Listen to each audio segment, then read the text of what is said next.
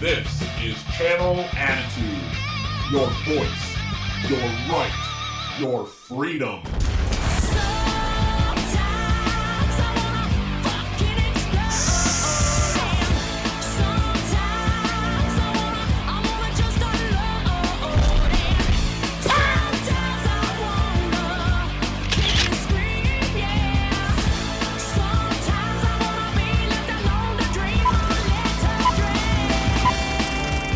Closet episode, I don't know. This is an impromptu because we are backstage at NWA.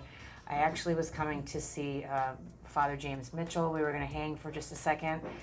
I've been stalking. I don't know what camera to look at. I'll look off into the abyss. I have been stalking Chealsea Green ever since the Impact Slammiversary. And, you know, and it's interesting because when you don't know somebody, and we were in the makeup area, and I was very vulnerable. Because I hadn't seen some of these girls for years, and it's already very intimidating coming into wrestling locker rooms, even if you're like current. Is it really? Yeah, coming into a new locker room is very uncomfortable. Okay, so I'm going to share with you a story. The first time that I came to, now this is Impact Wrestling 2002. Yeah. I am a TNA. musician. I'm a musician. They wanted somebody fresh, no wrestling camera, no wrestling background at all. And I come in, and this girl comes up to me and goes, "Hey, are your boobs fake?" And I didn't know what to say, so I said, one of them is." I didn't know. So, wait, that's great. That's what I said. One of them was fake. That's all I could come up with on the fly. And then all these people were bombarding me, and I just remember feeling like I'd never been in a locker room before. And that was my big answer. So I'm still living it down that I have one real boob. The good one. That's the real one. The good one's the real one. So when I came back to Impact for the Slammiversary, we were in the makeup area, and I'd already had some people that had been really, really cool to me, and then I'd had some people that had been really mean. And not mean, just super cold. And I'm like, bro, get over it. It's been 20 years. We were all like little kids. Yeah. You know what I mean? Yeah, and now we're like not little kids. You were so gracious, and you were so nice, and you were talking with a makeup artist about, can we talk about personal things? Oh, of course, yeah. So you had wedding pictures, and you were just like very, very excited, and you were nice. And I just think like that people, and Mayra Diaz-Gomez was saying, everybody here at NWA is like super cool. They are. And super nice. Yes. And honestly, a lot of times I get like, people saying like, oh, at first I thought you were really fake because you were very nice, and then I realized like, you're just friendly. You just like to talk to people. And that's totally me. Like, my parents are the same way. My sister's the same way. We're a very extroverted family. We like to talk to everyone. So it's not me being fake. It's just like, I like to see what everyone's up to. But now, you're not, one of your boobs isn't fake. Both are fake. Now, both are fake. I'm totally kidding. Let's talk about you doing wrestling, because you're so pretty. You just look like you would be a manager or somebody that doesn't actually do the deed. When did you start wrestling? I don't know your story. This is new to me. So I actually, I haven't been a lifelong fan, but of course I feel like at one point or another we all know something about wrestling. We all watched a little bit here and there. And I was in college. Oh. Well, I watched when I was younger. But I was in college, and I was doing homework, and the TV was on, and I stopped doing homework, and I started watching TV, procrastinating. Mm-hmm. Never been done. Never been done before. And on came Nikki Bella. And I was so, entranced by her. I had already had a love for Kelly. But I didn't follow wrestling, so I just knew I thought she was gorgeous. And I was watching Nikki Bella, and I was like, dang, I really think that I could do that. And I kind of started procrastinating, Googling Nikki Bella. I found out she used to be a soccer player. I used to be a soccer player. And a lot of the things that she did growing up were a lot of the things that I did too. So I'm like, oh shit, can I swear? Oh. Okay. I'm like, oh shit, well, maybe I could do this. I don't know. I just didn't want to, I knew I didn't want to go to school. And I Googled how to be a WWE diva. And the next week, I was training with Lance Storm. That's different being a diva than it was being a wrestler, though, because a lot of those girls were just... It was that in-between time. It was 2014, so it was right as the Give Divas a Chance and the Divas evolution was happening. Okay. So as I was training, that's when the hashtag came. That's when everyone was fighting for, like Emma and Paige and all those girls. And then came the new title and all those things. But I fell in love with divas. Like, whether that's a terrible term or not, I fell in love with the glitz and the glam and the show business of it all. And so that's why I am totally okay wearing pink and diamonds and doing my hair and makeup and telling everybody I'm not a real fighter. I didn't get into this because I liked MMA. I love the show business aspect of it. And through this, I've learned that my strong suit is being a character. Really? Yeah. Okay. It's not wrestling, it's being a character. But you do wrestle, though. But I wrestle. But the thing that I love most about it is walking out through the curtain and being someone completely different. Do you worry about getting hurt? I didn't until I got to WWE and I got hurt. But I was fearless before that. But I think to an extent, we all have an age where we hit this level of like, oh, maybe I am a little scared of just everything, right? Whether it's like, now, I mean, there's this funny meme that goes around about how, we used to just like, you used to go to the club underage and take a drink from a stranger, and now I look at the back of like the Tylenol bottle in my cupboard to see if it's expired. You know what I mean? Like, we all, that fear creeps in at some point. You Googled how to be a WWE diva in 2014. Yeah. But all the years leading up to that, when you were 5, when you were 6 years old, what did you think that you wanted to be? At first, I grew up and I wanted to be a dancer. I did every kind of dance. I did solos and tap. I did ballet up until point. I did everything, like performing arts and stuff like that. No, I started point and then went off it right away and quit everything. You probably have great feet because of that. Yeah, my feet are saved because of my minimal time. Yes. But I played soccer and I did track, so I did a little bit of everything. Thought I wanted to be a dancer, and then got to college and started doing kinesiology and thought, well... What? Kinesiology? Yeah, so that's like the movements of the body. Okay. So you can do, a ton of different things, but it's the kinetics of the way the body moves. So I wanted to expand on being a personal trainer. And then it hit like 2010, and everyone was a personal trainer, and internet personal training came up. So then I'm like, man, like by about 2013, I'm like, now I don't know what I want to do, but I knew I wanted to do something that allowed me to travel, see the world. I knew I wanted to do something on TV, but I didn't know what that was, and I didn't even have any clue, being from Canada. But you Googled it. We're going to punch for just 1 second. Yeah. Hey, Jazz, could you shut this door for us? Do you mind, just for a second? Do you mind? Could we shut the door for come in? No, come in or come out. It's all good. Thank you. It's all good. Jazz, I'm leaving. We'll be out 10 minutes more. Come in if you need to. Thank you. No, it's all good. Because I think like the mic might pick it up. I agree. agree. Like crazy. So I knew I wanted to do something where I would travel. I knew I couldn't do a 9-to-5 at like a desk. And I thought maybe I wanted to do something on camera. I've always loved like the Entertainment Tonight hosts and the extra hosts. Yep. But this is what I fell into, and I feel like it's almost everything I wanted to do wrapped up in one. It is dancing and choreography to an extent. It is, personal training and keeping yourself in shape. I travel the world. I don't have a 9-to-5, and I get to talk to people and cut promos and things like that. I was talking to Myra. She's got some things that she does to fill in the gaps because you film every 3 months. Yeah. What are some of the other things that you do to either fill in the gaps for your time, for your brain, for development, or for finances? So right now, ever since I was released from WWE, which is just over a year ago. How long were you in WWE? So I was only there for 2 years, just over 2 years, maybe almost 2.5. But I really didn't do anything. Like, I debuted kind of on Raw, I debuted kind of on SmackDown, I debuted kind of on NXT, but it never went anywhere, and then I was released. So when I was released, I actually reached out to Ring of Honor, Impact, and NWA, and they all hired me.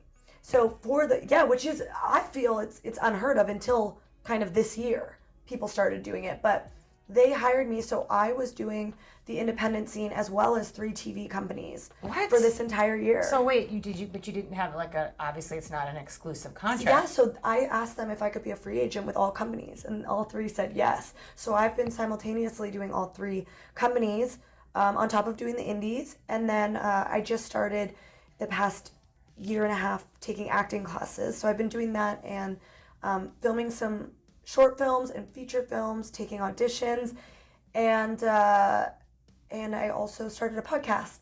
Oh, okay, yeah, thank you.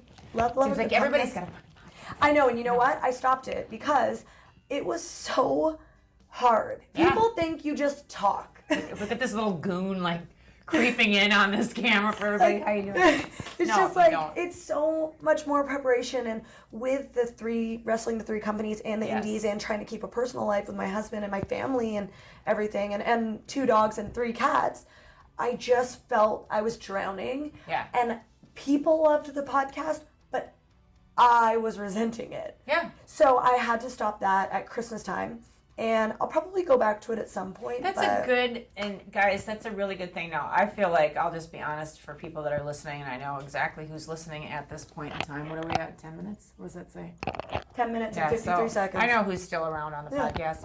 I feel like I'm drowning all the time doing podcasts. I feel like I'm drowning trying to find guests that are interesting and are worthy enough of people that pay Tuning to be on this brand, you know. And I don't do this for money. I do this because finding quality people, the graphics and all of the stuff that it's that so we much do. more than Well, just talking. But podcasts aren't necessarily supposed to be just talking, and like I always like there to be a golden take home. I like there to be something that everybody that's listening can relate to, because of course they are in awe of you and they love you from WWE and I guess all of the promotions. Have you really been with all of them? I didn't know that. Yeah, I feel like so honestly so lucky, because if you Google me, there is not a company in the world that I haven't been with, like the top companies. That's a big deal. That's a huge deal, right? And like people forget, they think I haven't been to AEW. I was at All In. I was the only all girls match at All In. That's where AEW blossomed. So I've done a little bit of everything, and maybe now there's people who can say that, but you know, a year ago people couldn't say that. I'm very, very lucky to be able to do all these things. Let's talk about Chealsea's attitude. You know, I see some of you bros online and babes, and I love you, but sometimes it gets a little dreary, and it gets, if you knew where I come from and my family, just like pessimistic, disabled dad, terminally ill mom, super just doom and gloom, and everything is negative and pessimistic, and I have to, you know, that's why I say stay golden, that's my catchphrase, because I have to force myself to be positive. Yeah.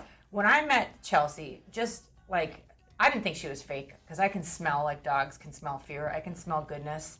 There's something, even if you're like me naturally, and you're kind of a Debbie Downer, you can wake up the next day and you can just decide to be fake and decide, like, I'm just going to be nice. So true. I'm going to be in a good mood. I'm going to just cut myself off when I say something negative. I'm going to stop bad thoughts. I'm going to figure out something that I can do that brings me joy. And you know what, guys? If all else fails, go out and frickin' do something for somebody else. Buy somebody a meal that... Not everybody's on the streets these days. I'm just like, everybody's got the sign gimmick. I look for the people that are like pushing carts and cans and like are hustling to do something. Like, go do something for somebody else. Go volunteer somewhere. Just open your eyes and see people at work or church or school or in the neighborhood that might need a friend, and you know, just help them out. Like, you can always change and alter where you are by physically doing something to do that. Are you always in a good mood? Do you ever get down? Do you ever think, like, what's my next step? Like, because people look at you and they think you're on top of the world, and I know they think that of me sometimes, but do you get down? And if you do, how do you deal with that? What thoughts go through your head? Okay, I absolutely do. We all do, right? But I feel like, I mean, one, I have a lot of really normal friends. Okay, do I. Right? Like, I think in just show business in general, if you don't have people to bring you back down to earth, then you're up in the clouds with your head up your ass. Yeah. But I have a core group of girlfriends that have been my best friends, that were all my bridesmaids, and we've been ride or dies since 6th grade, and they don't give a shit what I'm doing, whether I'm on TV. They support me, but they don't care. It means nothing to them whether I, went to so-and-so's house or had dinner with this person. They don't care. I also I bet their moms do. Yeah, probably. And dads. Make any comments. and Matt, my husband, he keeps me very grounded as well. And when I get upset or get down on myself, like, that's also his job, right? To be by my side and lift me up, and I do the same for him. And we totally have moments. I mean, I had one last week, and I was like, I don't know if I want to wrestle anymore. And then, like, 3 days later, I was like, I think I want to be here, and I think I want to be there. And what caused that? What caused you to say, I don't want to wrestle anymore? Well, again, like, it's show business, and this is it's our creative outlet, but it's also my heart and my soul. Mm-hmm. I put everything into going out to the ring. So when I think I don't do a good job, or when somebody else tells me, like, oh, I don't know, it hurts you. No matter what, like, because that's your whole heart. But then, I speak to my normal friends, and it's like, it's not really the end of the world. And you've got a great life, and a great home, and a great husband, and dogs and cats, and I'm like, I'm living my dream. What would you say to people that don't have a core group of friends, though? That's people that are kind of lonely, that don't have the gift and the blessing of that. I mean, that's very hard, and I can't imagine not having my girlfriends for support. But for me, and I know introverts are gonna cringe at this, but, like, honestly, you have to go out and join a club. I was gonna say that's when you go out with other truckers and stop feeling sorry for yourself and go out and find, like, now there are online groups or anything that you're interested in. At this point, there's no excuse because I'm sure there's a group for introverts. I'm sure there's a group for introverts. Do you know what I mean? There's a group for everybody. There's a knitting group. I sometimes have moments at home where I'm like, man, I really miss my family. The best thing that I do is take my dogs to the dog park. It's like a little family there. Yep. And it's so funny. I've got my friend Carlos, who's like a 75-year-old with a husky. I've got the mom down the street who teaches. I've got all these people who know nothing about wrestling, and, like, they're my little park family. Yep. And I've got my little gym family. Like, there's just no excuse to feel lonely. There's so many things that we can do. Oh, that's really, really, really good advice, and I love that. What did you learn from WWE? The first time that you went to WWE, were you doing indie shows before that? Or? Yes. Okay. So I was doing indie shows. I got hired 4 going into 5 years of being on the indies. So I felt, like, really confident in myself. You did. Going into WWE, yeah, I did, because at that point, I had main evented Lucha Underground and been the champion of Impact. So I didn't know any better. I was naively confident in myself. And then I got to WWE, and honestly, I felt this small. Really? Really. So let's talk about the first time that you showed up. Was it a big arena? The first time I showed up, I went straight to the Performance Center. Okay. And we had training. Okay. And I hadn't trained in a long time, because I trained and I left Lance's school after 3 months, and I went straight onto the indies. And after that, I had nowhere to train. I was just an independent wrestler wrestling, 3 times a weekend on the indies. So I didn't train. So that was the minute I was like, oh my God, training. Like, I don't know how to do these drills. I don't know. All these things that just frazzled me. But I will say, like, that is where I stick to the mantra of fake it till you make it with confidence. Mm-hmm. I truly felt like I just was like, took a deep breath, walked into the Performance Center or into an arena or onto the stage or into the ring, and I just totally was faking it till I made it. Till I became confident. Till I believed that I was who I was pretending to be.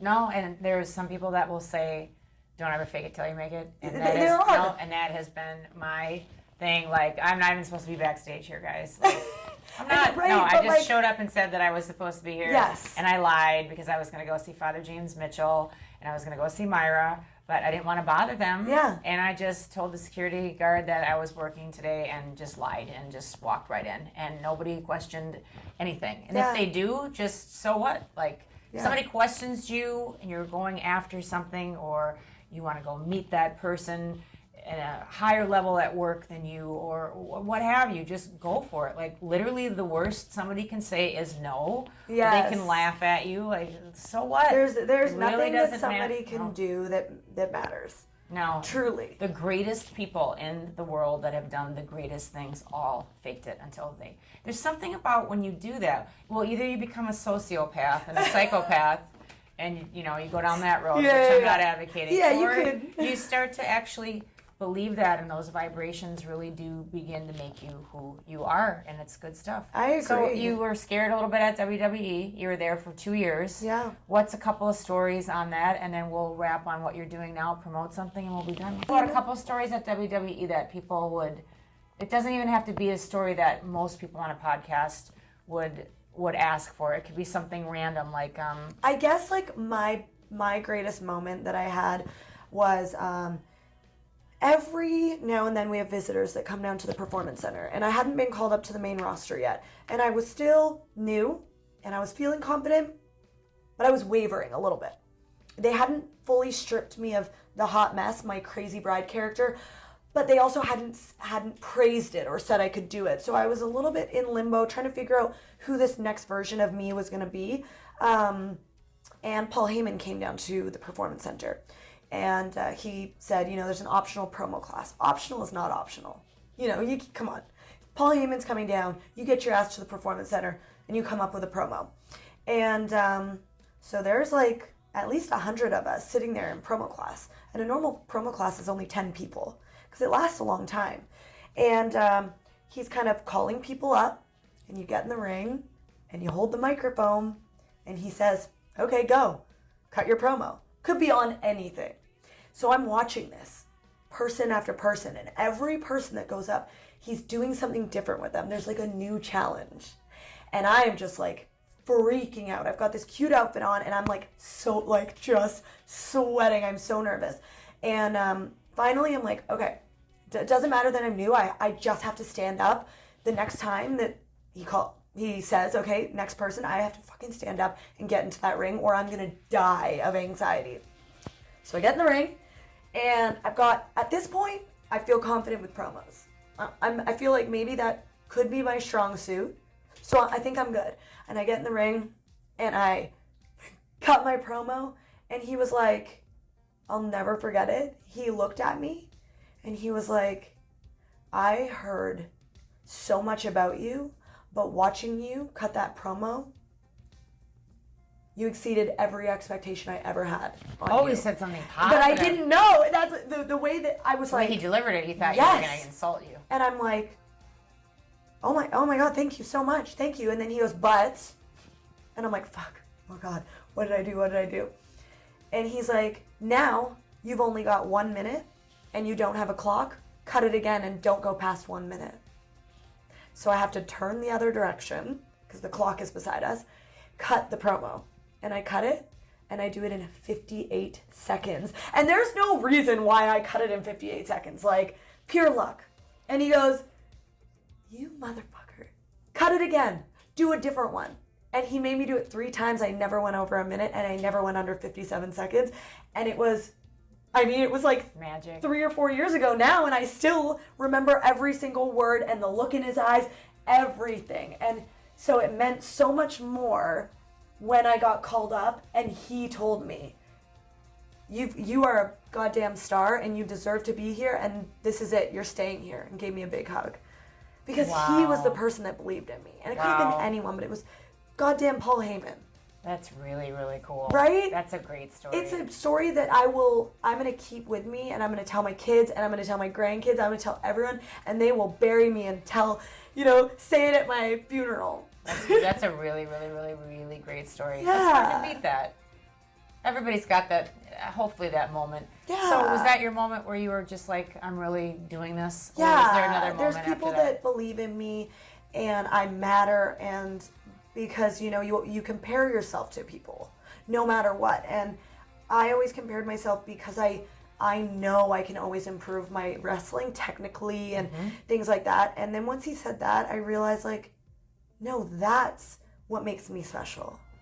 I don't need, I'll need to work on my wrestling for the rest of my life, but no, that's what makes me me. That's why people are going to buy a ticket to see Chealsea Green, because I can talk, because I can deliver a character. And that moment's a big moment for somebody, because a lot of people don't have that. they're trying to figure that out. No, a lot of people don't have that. That's huge. Yeah. That's really cool. I know, I feel like that's like the best story ever, and I love telling people that, but I don't know that I've ever shared it. Oh, really? Like, to the public. Oh, I think I've only like told my coworkers. That's a really good story. Yeah. Let's talk about what you're doing now, though. Are you still with all of these different promotions, or are you just with NWA? So now I'm with NWA and I'm with Impact.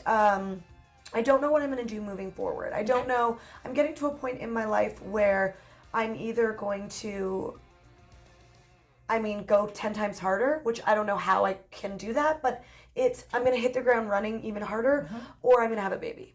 Oh, interesting. Yeah. And you would stop, or you would do I think I would stop for the time being and just figure out, I always feel like when I try to plan something, it doesn't work. So now it's like, I just have to believe in what I'm doing in that moment. And if that's having a baby, believe in that, do that to the best of my ability, and then see what comes. Because who knows? Like, what if I end up being a pregnant mommy influencer? What if someone gives me an acting job? Like, who knows? No, that comes with your confidence, though. Yeah, and I'm just trying to put things out there on the internet. This is what I like to do, and sometimes people see it and they react and they hire me for different things, and I feel very blessed to have the platform that I have and to be able to put stuff out there into the universe. No, it's amazing. See what happens. So I don't know. I feel like I'll have a definitive direction, and you'll know what direction I'm going in by December. Okay, interesting. Yeah, I've kind of given myself that timeline from October to December to figure out like what my next move is. I like it. What can we promote for you? What do you have? Wrestling tees? Do you have? Oh my gosh. Okay, I'm good with social media, but I forget my social media, so forgive me if I totally botch my social media handles. I'm sure everybody already knows where you are, but look at that. This is hair, witchy. What can we buy? Oh my gosh, well, I have an OnlyFans. If you want to subscribe to my OnlyFans, it's onlyfans.com/Chealsea Green, and it's not nude. So any creepos out there trying to see me nude, don't subscribe. You're not going to. I don't want to... burst your bubble. Yeah, burst your bubble. But I've got an OnlyFans. I absolutely love going on that and interacting with fans. I have a pro wrestling tees store that you can go on, and I have a new shirt right now with my tag partner Deanna Perrazzo, because we are the Impact Wrestling Tag Champs. Wow. So yeah, you can go into my pro wrestling tees. It should be, it might be Chealsea Green or Chealsea Green. Won't be able to find that. But I've got a new VXT shirt. So awesome. Well, find her on all the social platforms. Support and just be excited to see November, December, and in 2023 what Chealsea Green is up to.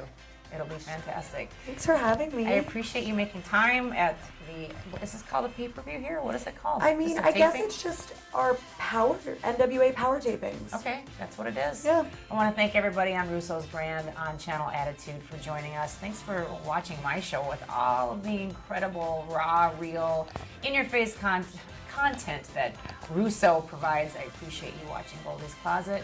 I always like to remind you to be free out there, stay safe, but be free, and always, I don't know what camera to look at. I know, me too. Stay golden. Thanks, everybody. We clap at the end. Yay! You're so sweet. That was perfect. You've got a friend to show you. What's up, everyone? It's Goldy, Impact Wrestling, TLC's Cheapskates. Ted Nugent's running wild from him somewhere in the woods. And maybe you've seen our band, Goldilocks Band. We're out there, we're on tour, but now we're connecting on Cameo. So I want to tell you that I'm here to be your humble servant, and that's whatever you need said for you, for a friend, a shout out, a golden shout out, you name it, here and on it. Now, just reminding you, keep it classy, keep it cool, and keep it above the belt. But I want to offer you something a little bit different. Just remember, if I'm not on the road and I've got access to these next beauties, we can always have